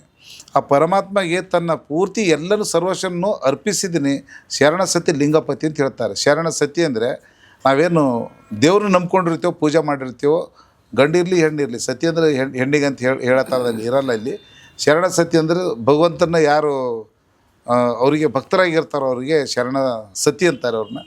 ದೇವರೇ ಪತಿ ಅಂತ ಅಕ್ಕ ಮಾದೇವಿ ಅಲ್ಲಿನಿಂದ ದೀಕ್ಷೆ ಕೊಡುವಾಗ ಏನು ಗುರುಗಳು ಹೇಳಿರ್ತಾರೋ ನಿತ್ಯ ಜೀವನದಲ್ಲಿ ಪೂರ್ತಿ ಬದುಕಿನಲ್ಲಿ ಅದೇ ಅನುಸರಿಸ್ಕೊಂಡು ಎಷ್ಟೇ ಜನ ಮಹಾರಾಜನೇ ಬಂದು ಪ್ರೀತಿ ಮಾಡಿದ್ರು ಕೂಡ ಅದು ಯಾವುದಕ್ಕೂ ಒಪ್ಪಲ್ಲ. ನಾನು ಆಲ್ರೆಡಿ ನನ್ನ ಮದುವೆ ಆಗಿದೆ ಅಂತ ಹೇಳೋದು. ಯಾರು ಅಂತ ಕೇಳಿದ್ರೆ ಚೆನ್ನ ಮಲ್ಲಿಕಾರ್ಜುನ ಅಂತ ನೀವು ಹುಚ್ಚಿ ಅಂತ ಅಂತಾರೆ. ಆದರೆ ಹುಚ್ಚಿನ ಬುದ್ಧಿವಂತನ ಎಂಥವ್ರು ಅನ್ನೋದು ಅವ್ರ ಭಕ್ತಿದಲ್ಲಿ ನಮ್ಮ ಸಿನಿಮಾದಲ್ಲಿ ಬಂದು ನೋಡಲಿ. ಶ್ರೀಶೈಲ್ಯದ ತುಂಬ ಸುಂದರವಾಗಿ ತೋರಿಸಿದ್ದೀವಿ. ಆ ಶ್ರೀಶೈಲ್ಯದ ಒಂದು 12ನೇ ಶತಮಾನದಲ್ಲಿ ಹೇಗಿತ್ತು ಅನ್ನೋದು ನಾವು ಸಿಜಿನಲ್ಲಿ ಒಂದು ನಿರ್ಮಾಣ ಮಾಡಿದ್ದೀವಿ. ಕದಳಿವನ ಅಂತ ಬರುತ್ತೆ ಸರ್. ಆ ಕದಳಿ ಅಂದರೆ ಬಾಳೆವನ, ಕದಳಿವನ ಅಂದರೆ ಬಾಳೆವನ ಅಂತ. ಆ ಬಾಳೆವನದಲ್ಲಿ ಮಾದೇವಿ ಹೋಗಿ ಹೇಗೆ ಕೂತ್ಕೋತಾರೆ ಆ ತ್ರಿಕೂಟ ಪರ್ವತದ ಹತ್ರ, ಆ ಬ್ಯೂಟಿ ಮತ್ತು ಅದು ಕಷ್ಟ ಅದು ಎಲ್ಲದರ ಮಧ್ಯದಲ್ಲಿ ಇದೇನು ಚರಿತ್ರೆ ಬರುತ್ತೋ ಆ ಚರಿತ್ರೆ ತುಂಬ ತುಂಬ ಸುಂದರವಾಗಿದೆ. ಯಾರೇ ನೋಡಲಿ ಅಂಥ ಸುಂದರ ಒಂದು ಹುಡುಗಿ. ಬೀದರ್ ಅಂದರೆ ನೀವೆಲ್ಲ ಬಿಸಿಲಂತ ಕರಿತೀರಿ ಸರ್, ನಮ್ಮನ್ನು ಕೆಲಸ ಮಾಡ್ತೀರಿ. ಆದರೆ ಅಂಥ ಬಿಸಿಲು ನಾಡಿನಲ್ಲಿ ಇಂಡಸ್ಟ್ರಿಯಲ್ಲಿ ನಮ್ಮ ಬೀದರದ ಹುಡುಗಿನೂ ಎಷ್ಟು ಸುಂದರವಾಗಿದ್ದಾಳೆ ಅನ್ನೋದನ್ನ ಅಕ್ಕ ಮಾದೇವಿ ಚಲನಚಿತ್ರದಲ್ಲಿ ನೋಡ್ಬೋದು. ಹಾಗಾಗಿ ಏನು 2ನೇ ತಾರೀಕು ರಿಲೀಸ್ ಆಗುತ್ತೋ ಆ ರಿಲೀಸ್ ಆಗೋದಕ್ಕೆ ರಿಲೀಸ್ ದಿವಸದಿಂದ ಚಿತ್ರ ಅಂದ್ರೆ ಗೊತ್ತು, ಸಾವಿರಾರು ಸಿನಿಮಾಗಳು ರಿಲೀಸ್ ಆಗ್ತವೆ. ನಮ್ಮ ಕನ್ನಡ 400 ಸಿನಿಮಾಗಳು ರಿಲೀಸ್ ಆಗ್ತವೆ. ಅಂಥದ್ರ ಮಧ್ಯದಲ್ಲಿ ನಮ್ಮಂಥವ್ರು ಕೊಚ್ಕೊಂಡು ಹೋಗಬಾರ್ದು. ತಾವೆಲ್ಲ ಬಂದು ಈ ಸಿನಿಮಾ ನೋಡಿಬಿಟ್ಟು ನನಗೆ ಗೆಲ್ಲಿಸಿ ಶುಭಾರಿಸ್ಬೇಕಂತ ಎಲ್ಲರಲ್ಲೂ ಕೇಳ್ಕೊಳ್ತೀನಿ. ಶರಣು ಶರಣ. ಅಕ್ಕ ಮಹಾದೇವಿ ಬಗ್ಗೆ ನಿಮಗೆ ತುಂಬ ಕುತೂಹಲ ಇರ್ಬೋದು. ನಮ್ಮ ಡೈರೆಕ್ಟ್ರು ನಿರ್ಮಾಪಕರಾದ ವಿಷ್ಣುಕಾಂತ್ ಅವರು ತುಂಬ ಹೇಳಿದ್ದಾರೆ. ಬಟ್ ಅವರು ಹೇಗಿದ್ದಾರೆ, ಹೇಗೆ ಆ ಪಾತ್ರಕ್ಕೆ ಒಪ್ಕೊಂಡ್ರು ಮತ್ತು ಅದರಿಂದ ಆ ಪ್ರಭಾವ ಅವರ ಮೇಲೆ ಹೇಗೆ ಬಿತ್ತು ಅದರ ಬಗ್ಗೆ ತಿಳಲಿಕ್ಕೆ ನಮ್ಮ ಸುರಕ್ಷಾ ಅವರು ಇಲ್ಲೇ ಕೂತ್ಕೊಂಡಿದ್ದಾರೆ. ಆ ಪಾತ್ರ ಮಾಡಿದಂಥ ಅಕ್ಕ ಮಹಾದೇವಿ ಪಾತ್ರ ಮಾಡಿದಂಥ ಸುರಕ್ಷಾ ಅವರು, ಅವರ ಸಾತ್ವಿಕ ತೇಜಸ್ಸು ಅಂತೇಳಿ ಹೇಳ್ಬೋದು. ಅದೇನೋ ಅಷ್ಟು ದಿನ 45 ಡೇಸ್ ಅವರು ಆ್ಯಕ್ಟ್ ಮಾಡಿದ್ದಾರೆ. ಆ ದಿನಗಳಲ್ಲಿ ಅವರೆಲ್ಲ ಅಕ್ಕ ಮಹಾದೇವಿನೇ ಆವಾಹನೆ ಮಾಡಿಕೊಂಡು ಮಾಡಿದಂಥ ಪಾತ್ರ ಅದು. ಸೊ ಅದು ಅವರ ಅನುಭವ ಹೇಗಿತ್ತು ಅಂತ ಕೇಳೋ ಕುತೂಹಲ ನಂದು. ನಮಸ್ಕಾರ. ನಮಸ್ಕಾರ ಸರ್. ಹೇಗೆ ಅನಿಸ್ತು ಪಾತ್ರ? ಪಾತ್ರದ ಬಗ್ಗೆ ಹೇಳೋ ಹಾಗೆ ಇಲ್ಲ ಸರ್. ಯಾಕಂದರೆ ವೈರಾಗ್ಯ ನಿಧಿ ಅಂದರೆ ಅಕ್ಕ ಅಂತ ಹೇಳ್ತಾರೆ. ಅಂಥ ಒಂದು ಪಾತ್ರ ನನಗೆ ಸಿಕ್ಕಿದೆ ಅಂದರೆ ಈ ಜನ್ಮದ ಪುಣ್ಯನೋ ಹೋದ ಜನ್ಮದ ಪುಣ್ಯನೋ ಅಥವಾ ಮುಂದೆ ಆಗಂಥ ಪುಣ್ಯನೋ ನನಗೆ ಗೊತ್ತಿಲ್ಲ. ಅದು ನನಗೆ ಒದಗಿಸಿದೆ ಆ ದೇವ್ರ ಬ್ರಹ್ಮ ನನಗೆ ಒದಗಿಸ್ದಾನಂತ ಹೇಳ್ತೀನಿ. ಆ ಒಂದು ಪಾತ್ರ ಮಾಡಬೇಕಾದಾಗ ಮೊದಲನೇದಾಗಿ ಆ ಪಾತ್ರ ಸಿಕ್ಕಿದ್ದು ಹೇಗೆ ಅಂತಂದರೆ ನಮ್ಮ ವಿಷ್ಣುಕಾಂತ್ ಸರ್ ಅವರು ಹೇಳಿದ್ದಾರೆ. ಅವರು ಫಂಕ್ಷನ್ಗೆ ಕರೆದಿದ್ರು ಅಂತ. ಇದಕ್ಕಿಂತ ಮುಂಚೆ ನಂದು ಸ್ನೇಹಿತ ಅನ್ನೋ ಒಂದು ಸಿನಿಮಾ ರಿಲೀಸ್ ಆಗಿತ್ತು. ಆವಾಗ ಸರ್ ಅವ್ರು ನನಗೆ ಪರಿಚಯ ಆಗಿದ್ದರು. ಅವ್ರಿಗೆ ಇನ್ವೈಟ್ ಮಾಡಿದ್ದೆ ನಮ್ಮ ಸಿನಿಮಾಗೆ, ನೋಡೋಕ್ಕೆ ಬನ್ನಿ ಸರ್ ಅಂತ. ಬಂದಿದ್ದರು ಪಾಪ ಅವರು, ಎಲ್ಲ ಮೀಡಿಯಾದವರಿಗೆಲ್ಲ ಕರ್ಕೊಂಡು ಬಂದಿದ್ದರು. ಅದಾದಮೇಲೆ ಅವ್ರ ಫಂಕ್ಷನ್ಗೆ ನಮಗೆ ಇನ್ವೈಟ್ ಮಾಡಿದರು, ನಮ್ಮ ಟೀಮ್ ಅವರಿಗೆಲ್ಲ. ನಮ್ಮ ಟೀಮ್ ಅವರೆಲ್ಲ ಹೋಗಿ ಫಂಕ್ಷನ್ನೆಲ್ಲ ಅಟೆಂಡ್ ಮಾಡಿ ಬಂದಿದ್ವಿ. ಆಮೇಲೆ ಮೇಡಮ್ ಈ ಥರ ಒಂದು ಫಂಕ್ಷನ್ ಇದೆ ಧನ್ನೂರಲ್ಲಿ, ಬರ್ತೀರಾ ಅಂತ ಕೇಳಿದ್ರು. ಖಂಡಿತವಾಗ್ಲೂ ಬರ್ತೀನಿ ಸರ್, ನಮ್ಮೂರ ಕಡೆ ಅಲ್ವಾ. ಆವಾಗ ನಂದೊಂದು ಶೂಟಿಂಗ್ ನಡೀತಾ ಇತ್ತು. ಅಲ್ಲಿ ಒಂದು ಸ್ವಲ್ಪ ರಿಕ್ವೆಸ್ಟ್ ಮಾಡಿಕೊಂಡು, ಸರ್ ಈ ಥರ ನಮ್ಮ ಊರ್ದವ್ರದ್ದೇ ಇದೆ ಫಂಕ್ಷನ್ ಇದೆ, ನಾನು ಹೊರಡಲೇಬೇಕು ಅಂತ ಕೇಳಿದಾಗ ಪಾಪ ಅವರು ಬಿಡುವು ಮಾಡಿಕೊಟ್ರು. ಹೋದೆ. ಫಂಕ್ಷನ್ ಹೋಗೋದಕ್ಕಿಂತ ಮುಂಚೆ ಸರ್ ಹೇಳ್ತಾರೆ ನನಗೆ, ಮೇಡಮ್ ಶೂಟಿಂಗ್ ಇರುತ್ತೆ ಅಂತ ಹೇಳ್ತಾರೆ. ಒಪ್ಕೊಂಡಾದ್ಮೇಲೆ ಏನು ಹೇಳ್ತಿದ್ದೀರಾ ಸರ್ ನೀವಿದು ಅಂತ ನಾನಂದೆ. ಶೂಟಿಂಗ್ ಇರುತ್ತೆ. ಶೂಟಿಂಗ್ ಅಂದರೆ ಯಾವ ಥರ ಇರುತ್ತೆ ಸರ್ ಶೂಟಿಂಗು? ಫಂಕ್ಷನ್ ಇದೆ ಅಂತಿದ್ದೀರಾ, ಗೆಸ್ಟಾಗಿ ಕರೆದಿದ್ದೀರಾ ಅಂದರೆ ಅದು ಯಾವ ಥರ ಶೂಟಿಂಗ್ ಇರುತ್ತೆ, ಯಾವ ಥರ ಮಾಡಬೇಕು, ಏನಿರುತ್ತೆ? ನನಗೆ ಫುಲ್ ಕನ್ಫ್ಯೂಷನ್ ಅದು. ಇವರು ಶೂಟಿಂಗ್ ಮಾಡ್ತಿದ್ದಾರಾ, ಫಂಕ್ಷನ್ ಮಾಡ್ತಿದ್ದಾರಾ ಅಥವಾ ಏನು ಅಂತ ಕುತೂಹಲ ಇರುತ್ತಲ್ಲ. ಕೇಳಿದಾಗ ಮೇಡಮ್ ಶೂಟಿಂಗ್ ಇರುತ್ತೆ, ನೀವು ಬನ್ನಿ ನಾನು ಎಲ್ಲ ತಿಳಿಸ್ಕೊಡ್ತೀನಿ ಅಂದರು. ಸರಿ ಆಯ್ತಂತ ನಾನು ಹೊರಟು ಬಂದೆ. ಹಿಂದೆ ಮುಂದೆ ಏನೂ ಯೋಚನೆ ಮಾಡಿಲ್ಲ. ಯಾಕಂದರೆ ಸರ್ ಮೇಲೆ ಅಷ್ಟೊಂದು ನಂಬಿಕೆ ಇದೆ ನಮಗೆ. ಅವ್ರು ಏನು ಹೇಳ್ತಾರೆ ಅಂದರೆ ಅದು ಕರೆಕ್ಟಾಗಿ ಹೇಳ್ತಾರೆ ಅನ್ನೋ ನಂಬಿಕೆ. ಬಂದಾಗ ವಿಗ್ಗೆಲ್ಲ ತಂದರು. ಈ ಥರ ಅಕ್ಕ ಮಹಾದೇವಿ ಸಿನಿಮಾ ಮಾಡ್ತಿದ್ದೀನಿ ಮೇಡಮ್, ನೀವು ಈ ಥರ ಪಾತ್ರ ಧರಿಸ್ಬೇಕಾಗತ್ತೆ, ಅಲ್ಲಿ ಹೋಗ್ತೀವಿ, ಕ್ಲಾಪ್ಸ್ ಹೊಡಿತಾರೆ ನಮ್ಮ ಗುರುಗಳು ಅಂತ ಹೇಳಿದ್ರು. ಹೌದಾ, ಓಕೆ ಸರ್, ಯೋಚನೆ ಮಾಡಿ ಸರ್. ಯಾಕಂದರೆ ಅಕ್ಕ ಮಹಾದೇವಿ ಪಾತ್ರ ಅಂದರೆ ಬದಲಾಯಿಸುವುದ್ರೆ ಈಗಲೇ ಬದಲಾಯಿಸಿಕೊಳ್ಳಿ ಅಂತ. ಅಂದರೆ ಅಂಥ ಅದ್ಭುತವಾದ ಪಾತ್ರ ನೀವು ಸಡನ್ನಾಗಿ ನನಗೆ ಹೆಂಗೆ ಕೊಡೋಕ್ಕೆ ಸಾಧ್ಯ? ನಾನು ಅದು ಮಾಡಬಹುದಾ ಅಂತ ಕೇಳಿದೆ ಅವ್ರಿಗೆ ನಾನು.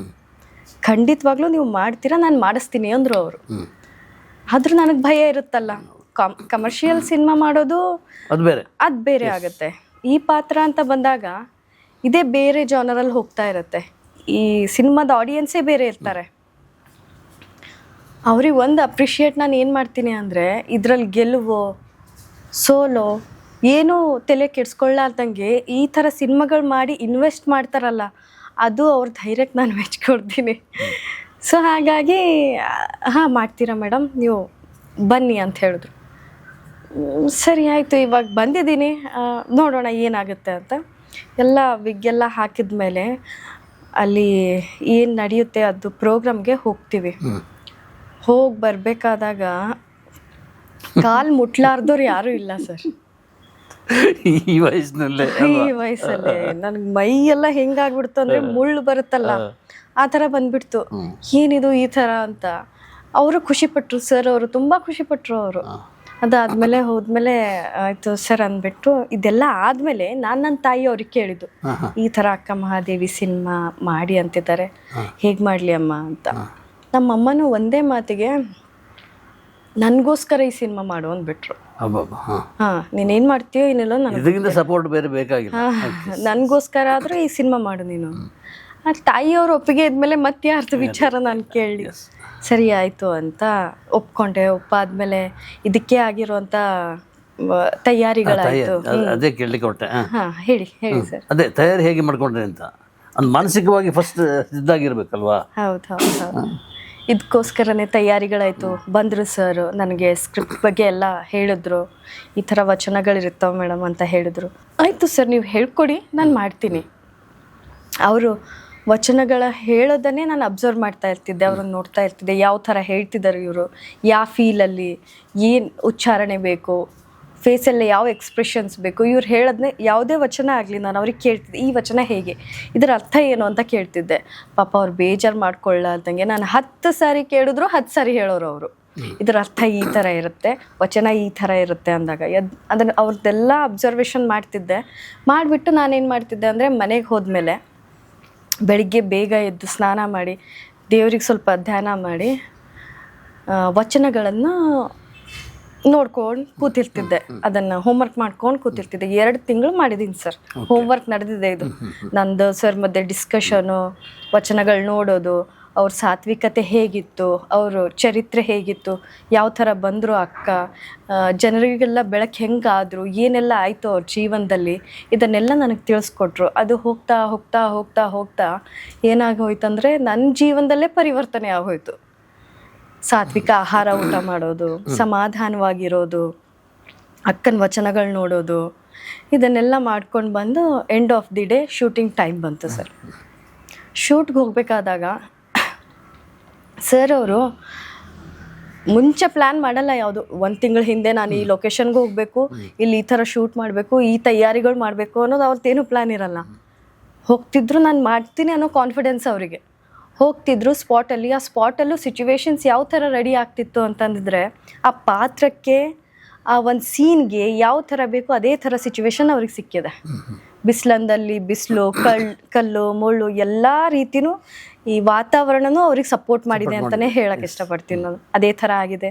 ತುಂಬ ಸುಂದರವಾಗಿ ಶೂಟಿಂಗ್ ಎಲ್ಲ ಕಂಪ್ಲೀಟ್ ಮಾಡಿಕೊಂಡು ಖುಷಿಯಾಗಿ ಎಲ್ಲ ಕಂಪ್ಲೀಟ್ ಆಗಿದೆ. ಇವಾಗ ರಿಲೀಸಿಗೆ ರೆಡಿ ಆಗಿದೆ. ಸೊ ಮಾಧ್ಯಮ ವರ್ಗದವರಿಗೆ ಎಲ್ರಿಗೂ ಕೇಳ್ಕೊಳ್ಳೋದೇನೆಂದರೆ ಆದಷ್ಟು ಬೇಗ 2ನೇ ತಾರೀಕು ರಾಜ್ಯಾದ್ಯಂತ ಎಲ್ಲ ಕಡೆನೂ ಸಿನಿಮಾ ಬಿಡುಗಡೆ ಆಗ್ತಿದೆ. ಮನೆ ಮನೆಗೂ ಅಕ್ಕನ ಜೀವನ ಚರಿತ್ರೆ ಯಾರಿಗೆ ಗೊತ್ತಿಲ್ಲ ಅವರಿಗೆಲ್ಲ ತಲುಪಲಿ ಅನ್ನೋದೇ ನನ್ನ ಆಸೆ. ಈಗ ಮಾತಾಡೋ ರೀತಿ ಹೇಗಿತ್ತು ಅಂದರೆ ಅಕ್ಕ ಮಹಾದೇವಿ ಹತ್ರ ಕೂತ್ಕೊಂಡೇ ಮಾತಾಡ್ದಂಗೆ ಇತ್ತು. ಅಷ್ಟು ತಾಳ್ಮೆ ಅಲ್ವಾ, ವಾಯ್ಸ್, ಮಾತಾಡುವ ಆ ಮಿದು ಮಾತುಗಳು ಎಲ್ಲ ಹಾಗೆ ಅಂತ ಅನ್ನಿಸ್ತು. ಅಂದರೆ ಅದು ಪರಿಣಾಮ ಬೀರಿದೆ ಪಾತ್ರ. ಹಾಂ ಸರ್, ಬೀರಿದೆ. ಅದು ಮುಂದೆ ಅದನ್ನು ಅಳವಡಿಸ್ಕೊಡ್ತೀರಿ, ನಡೀತಾ ಇರುತ್ತೆ ಜೀವನ. ಇನ್ನೊಂದು ಪಾತ್ರ ಬರುತ್ತೆ, ಆ ಪಾತ್ರಕ್ಕೆ ಅಡ್ಜಸ್ಟ್ ಆಗೋದು ನಡೀತಾನೆ ಇರುತ್ತೆ ಅಲ್ವಾ? ಪ್ರತಿಯೊಂದು ಪಾತ್ರಕ್ಕೂ ನಾವು ಜಸ್ಟಿಸ್ ಕೊಡಲೇಬೇಕಲ್ವಾ ಸರ್? ಇದು ಮಾತ್ರ ಪಾತ್ರ ಅದ್ಭುತವಾದ ಪಾತ್ರ ಅಂತ ಹೇಳಕ್ ಇಷ್ಟಪಡ್ತೀನಿ. ಜೀವನದಲ್ಲಿ ಸಿನಿಮಾ ಇಂಡಸ್ಟ್ರಿಗೆ ಬಂದಿದ್ದಕ್ಕೂ ಸಾರ್ಥಕ ಆಯಿತು ಅಂತ ಹೇಳೋಂಥ ಪಾತ್ರ ಇದು ನನಗೆ. So congrats. Thank you sir. ಒಳ್ಳೆಯದಾಗಲಿ.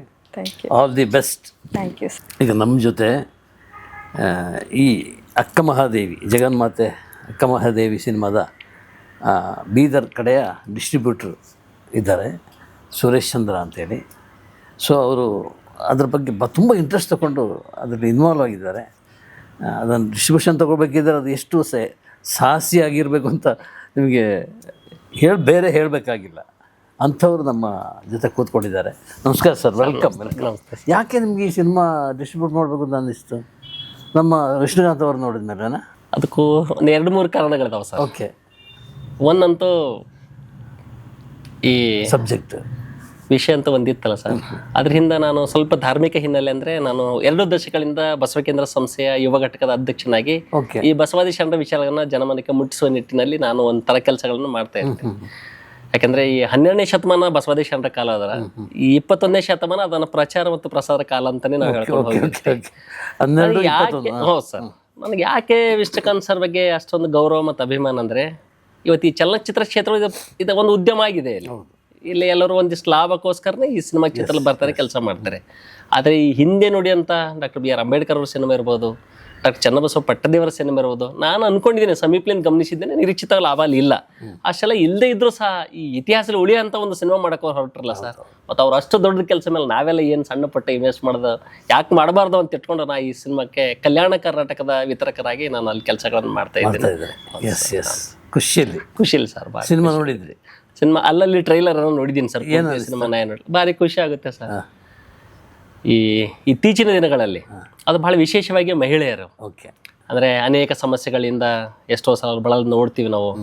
ಎಷ್ಟೋ ಸಲ ಸಣ್ಣ ಸಣ್ಣ ವಿಷಯಗಳಿಗೆಲ್ಲ ಒತ್ತಡಗಳಿಂದ ಮಧ್ಯೆ ಇರುವಂಥ ಅನೇಕ ಇಂಥ ಘಟನೆಗಳು ನೋಡೋಕೆ ನಮ್ಮ ಆಕೆ ಸ್ಫೂರ್ತಿ ಆಗಿರ್ತಾರೆ ಅಕ್ಕ. ಯಾಕಂದರೆ ಜಗನ್ಮಾತೆ ಅಕ್ಕಮಹಾದೇವರ ಬಗ್ಗೆ ಒಂದು ಮಾತು ಹೇಳಬೇಕಾದ್ರೆ, ಅವರು ಕನ್ನಡದ ಮೊದಲ ಕವಿತ್ರಿ ಏನಲ್ಲ ಸರ್, ಈ ದೇಶದ ಮೊದಲ ಕವಿತ್ರಿ ಅಂತಲೇ ಹೇಳ್ಬೋದು. ಹೀಗಾಗಿ ಎಲ್ಲ ಮಹಿಳೆಯರಿಗೂ ಆದರ್ಶ ಮತ್ತು ಸ್ಫೂರ್ತಿನೇ ಅದು ಅಕ್ಕ ಮಹಾದೇವಿಯವರು. ಹೀಗಾಗಿ ಅಕ್ಕನ ವಿಚಾರಗಳನ್ನು ಏನು ಯುವ ಪೀಳಿಗೆಗೆ ಜನರಿಗೆ ಮುಟ್ಟಿಸುವಂಥ ಕೆಲಸ ಮಾಡ್ತಿದ್ದಾರಲ್ಲ, ಹೀಗಾಗಿ ನಾನು ಮತ್ತೊಂದು ಸಲ ನಮ್ಮ ವಿಷ್ಣುಕಾಂತ್ ಸರ್ಗೆ ನಾನು ಕೃತಜ್ಞತೆ ನಮ್ಮ ಕಲ್ಯಾಣ ಕರ್ನಾಟಕದ ಎಲ್ಲ ಶರಣ ಬಂಧುಗಳ ಪರವಾಗಿ ನಾನು ಮಾಡ್ಬೋದು ಸರ್. ಸೊ ಈಗ ಸದ್ಯ ನಿಮಗೆ ನಾನು ಆಲ್ ದಿ ಬೆಸ್ಟ್ ಸರ್ ಹೇಳಬೇಕಾಗಿದೆ, ಹೇಳ್ತಾ ಇದ್ದೀವಿ.